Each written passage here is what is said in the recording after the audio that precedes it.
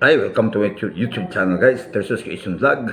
Today's video guys, ito ay orasyon guys na pagwala sa mga katol-katol or kati-kati sa ating katawan guys.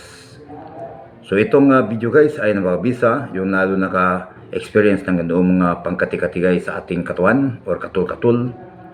So terrible yan guys, hindi natin alam kung anong dapat ting malaman kung ano pa talaga ang lunas to guys. So sige pa pagpatuloy ang aking video tungkol dito guys. I have my introduction.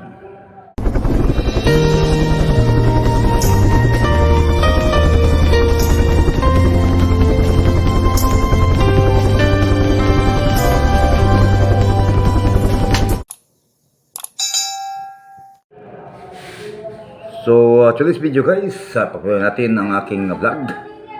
So ito ay trembling sakit guys sa ating balat. Na ito ay makaranas ng kati-kati or katol-katol sa ating pakiramdam guys. Sa lalo na mayroon tayong mga burot-burot or tumutubo o mga bulutong sa ating katawan guys. So ito ay trembling maranas natin guys. At ito ay tuwing gabi ay hindi tayo makatulog ng ayos. So kailangan tayo ng pag-inom ng mga iba't ibang mga capsule guys para ito ay malunas lang itong tinatawag na bulutong tubig guys or katol-katol. So itong mga medicine guys ay talaga makalunas ito guys. Pero mas makalunas ang orasyon guys.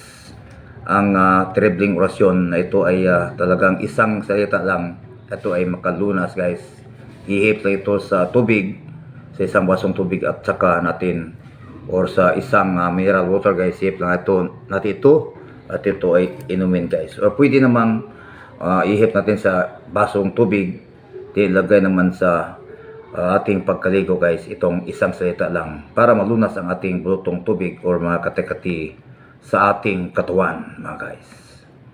So sa hindi ba tayo usalin ang isang salita lang pero 3 times ang ating babanggitin guys. Mention natin ang ama na mo at maghimaya ka Maria. Narito na ang ama na mo guys.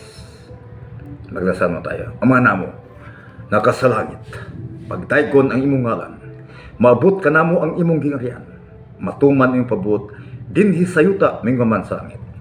Ang kalanon namo sa matag adlaw ihatag ka namo karong adlaw ug pasaylua kami sa among sala. Ingon kami nagpasaylo sa nakasala ka namo ug dili mo kami tugyan sa panalay. Hinunua luwasa kami sa mga dautan. Amen.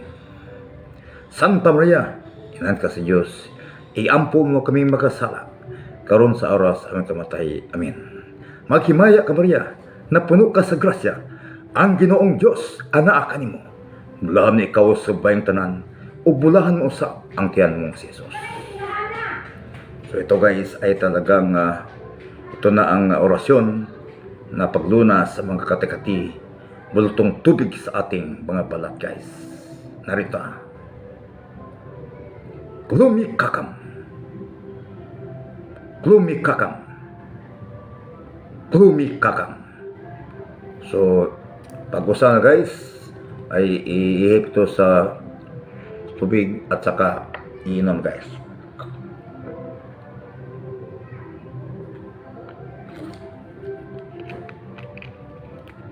Okay, sundan lang yung aking video guys tungkol sa Tersus Creation Vlog. Ito yung mabisang orasyon guys. So bayan, click all button bells so that updated pa kayo sa sunod kong mga vlog. Maraming salamat yung nakapag-subscribe. God bless you.